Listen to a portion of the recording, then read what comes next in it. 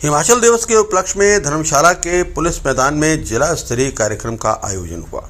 इस कार्यक्रम में स्वास्थ्य और परिवार कल्याण मंत्री डॉक्टर धनीराम शांडिल मुख्य अतिथि के तौर पर शामिल हुए। इस अवसर पर डॉक्टर शांडिल ने ध्वजारोहण भी किया और मार्च पास्ट की सलामी भी ली। इस मौके पर उप मुख्य सचेतक केवल सिंह पठानिया, फतेहपुर के विधायक भवानी पठानिया, मुख्यमंत्री के प्रधान सलाहकार गोकुल बुटेल भी यहां पर मौजूद रहे। इस अवसर पर स्कूली बच्चों ने सांस्कृतिक कार्यक्रम प्रस्तुत किया। स्वास्थ्य मंत्री ने इस अवसर पर कहा कि आज का दिन बड़ा ही ऐतिहासिक है और बड़ा ही महत्वपूर्ण है। उन्होंने कहा कि हिमाचल प्रदेश देवभूमि के साथ वीर भूमि भी है। आज का दिन पूरा प्रदेश पूरे हर्षोल्लास के साथ मना रहा है। उन्होंने कहा कि प्रदेश के युवा, खासकर बच्चे और बालिकाएं बहुत अच्छा काम कर रहे हैं। हिमाचल दिवस की बात करें तो किस तरह आज हिमाचल दिवस को देखते क्या कहना चाहिए? आज 78वां हिमाचल दिवस है।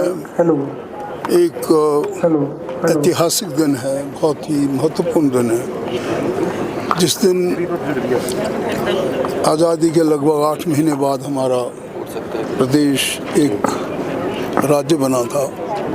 अपना राज्य बना एक बहुत बड़ी बात, क्योंकि ये पर्वतीय क्षेत्र है, देव संस्कृति है, देवभूमि के साथ ही वीर भूमि भी है और इसे हम हर बार मनाते हैं।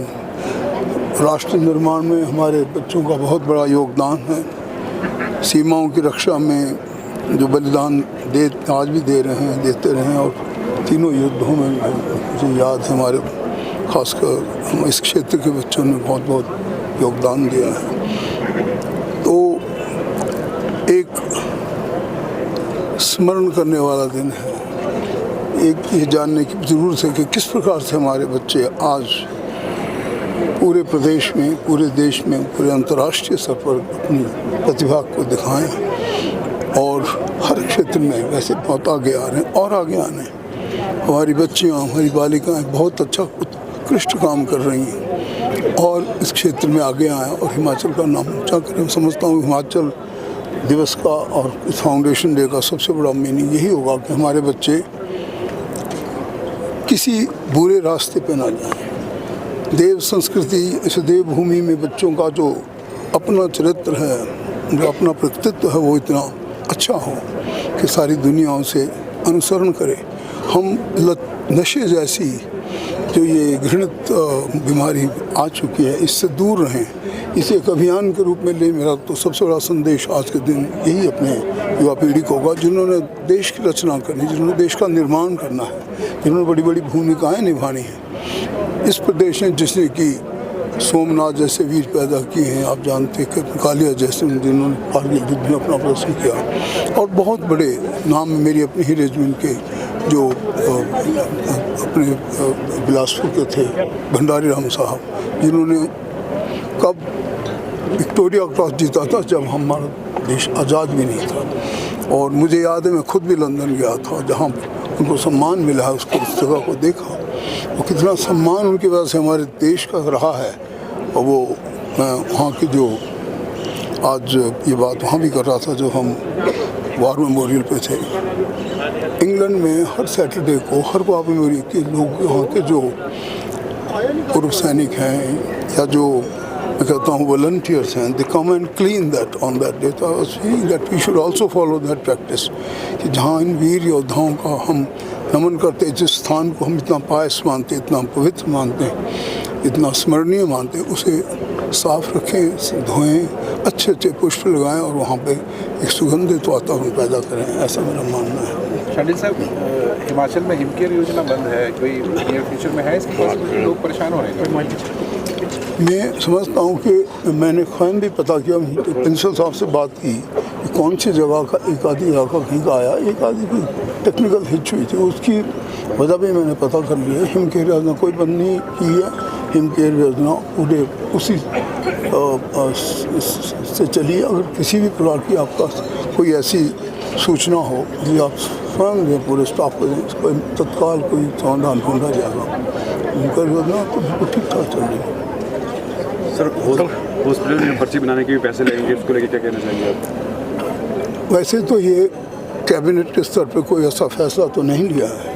ये बात कुछ एक जो हमारी रोगी कल्याण समिति के सदस्य हैं, जो पुराने सॉर्ट ऑफ एक्सपीरियंस भी होते, वो कह रहे थे कि अगर हम इस पे, तो ये तो उनका आपकी सोच है। हमने कहा अभी तक ये फैसला आएगा तो अब जब कैबिनेट में आएगा तो कैबिनेट से विचार करिए। दमों तो कोई पैसे नहीं लगा, कहीं मैंने तो देखे नहीं। सर, जिला का दूसरा बड़ा स्वास्थ्य संस्थान धर्मशाला जनरल हॉस्पिटल जो है दिन प्रतिदिन बदतर स्थिति में पहुंच चुका है और स्वास्थ्य सुविधाएं यहां पर लोगों को नहीं मिल पा रही है। स्पेशलिस्ट डॉक्टरों की कमी है, अन्य पद रिक्त चल रहे हैं। कब तक सरकार इसको भरेगी और कब तक लोगों को यहाँ राहत मिलेगी? ये बहुत महत्वपूर्ण विषय है जो आपने उठाया है। इसकी ओर मेरा पर्टिकुलर ध्यान पिछले लगभग 2 साल और 4 महीनों में इसी तरफ रहा है।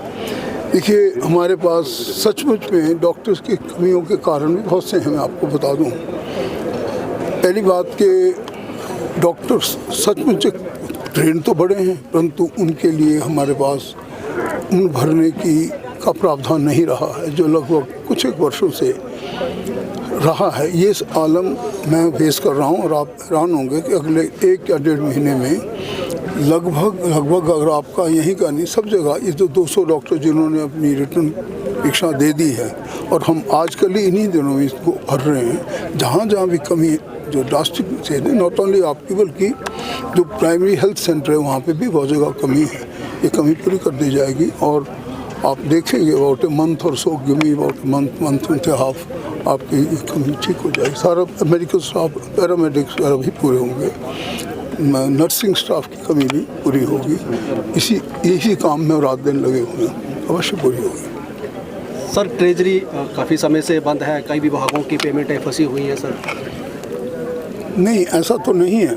31 मार्च तक कुछ एक किसी कारणों से ट्रेजरी के भुगतान में प्रॉब्लम आई थी। अगर कोई आप पास विशेष ऐसा कोई पर्टिकुलर वाक़या हो जिसमें किसी की इम्पोर्टेंट पेमेंट रुकी हो तो आप बताएं। ट्रेजरी को निर्देश दिए जा चुके हैं कि वो किसी भी प्रकार के खासकर स्वास्थ्य सेवा या कोई भी और जो इम्पोर्टेंट और इमरजेंट बिल्स हैं वो क्लियर करेंगे। अगर कोई ऐसे पर्टिकुलर आपके ध्यान में आप भेज सकते हैं स्टाफ को। सर, कोरोना वायरस की बात करें तो अभी तक उनके लिए कोई पॉलिसी नहीं बनी है। लगातार मांग कर रहे हैं कि उनको पे रखा जाए। साथ ही आउटसोर्स कर्मचारियों की बात करें जो स्वास्थ्य विभाग में रखे गए थे, वो भी नियमित होने की मांग कर रहे हैं। तो उसको किस तरह देखते, क्या कहना चाहिए? आउटसोर्स जो रूप में कर्मचारी रखे गए हैं उनका बहुत महत्वपूर्ण पॉइंट है और मैंने पर्सनली इस पॉइंट को एड्रेस किया। मैंने सब लोगों से बात भी की है। मैं कोशिश कर रहा हूँ खासकर स्वास्थ्य विभाग में और सामाजिक न्याय के क्षेत्र में जहाँ जहाँ भी जो रिक्त पद हैं उन पे वो लोग जिन्होंने सेवाएं दी हैं, खासकर ऐसे कठिन प्रश्न में जो अपनी जान जोखिम में डालकर उनको भरा भी जा रहा है और प्रयास किया जा रहा है कि इसके बारे में कोई नीति निर्धारण भी करें। अवश्य करें।